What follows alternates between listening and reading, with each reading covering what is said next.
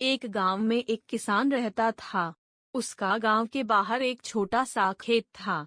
एक बार फसल बोने के कुछ दिनों बाद उसके खेत में चिड़िया ने घोंसला बना लिया। कुछ समय बीता तो चिड़िया ने वहां 2 अंडे भी दे दिए।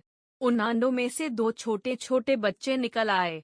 वे बड़े मजे से उस खेत में अपना जीवन गुजारने लगे। कुछ महीनों बाद फसल कटाई का समय आ गया। गांव के सभी किसान अपने खेतों की फसल की कटाई में लग गए।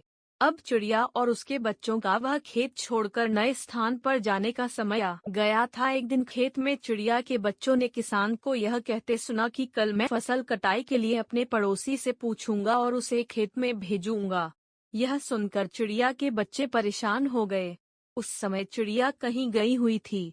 जब वह वापस लौटी तो बच्चों ने उसे किसान की बात बताते हुए कहा, माँ, आज हमारा यहाँ अंतिम दिन है।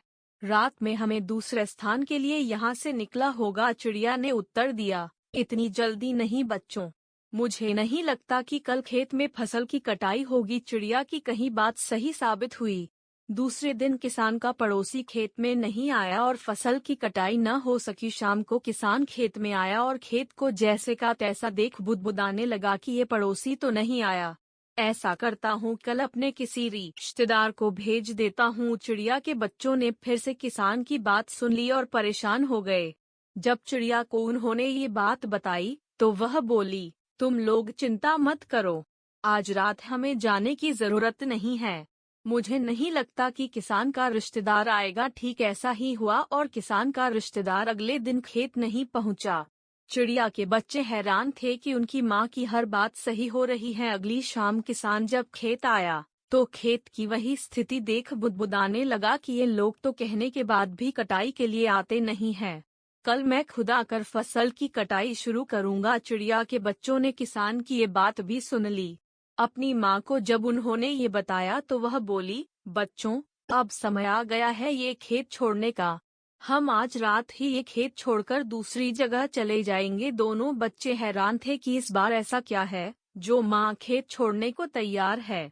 उन्होंने पूछा तो चिड़िया बोली, बच्चों, पिछली 2 बार किसान कटाई के लिए दूसरों पर निर्भर था।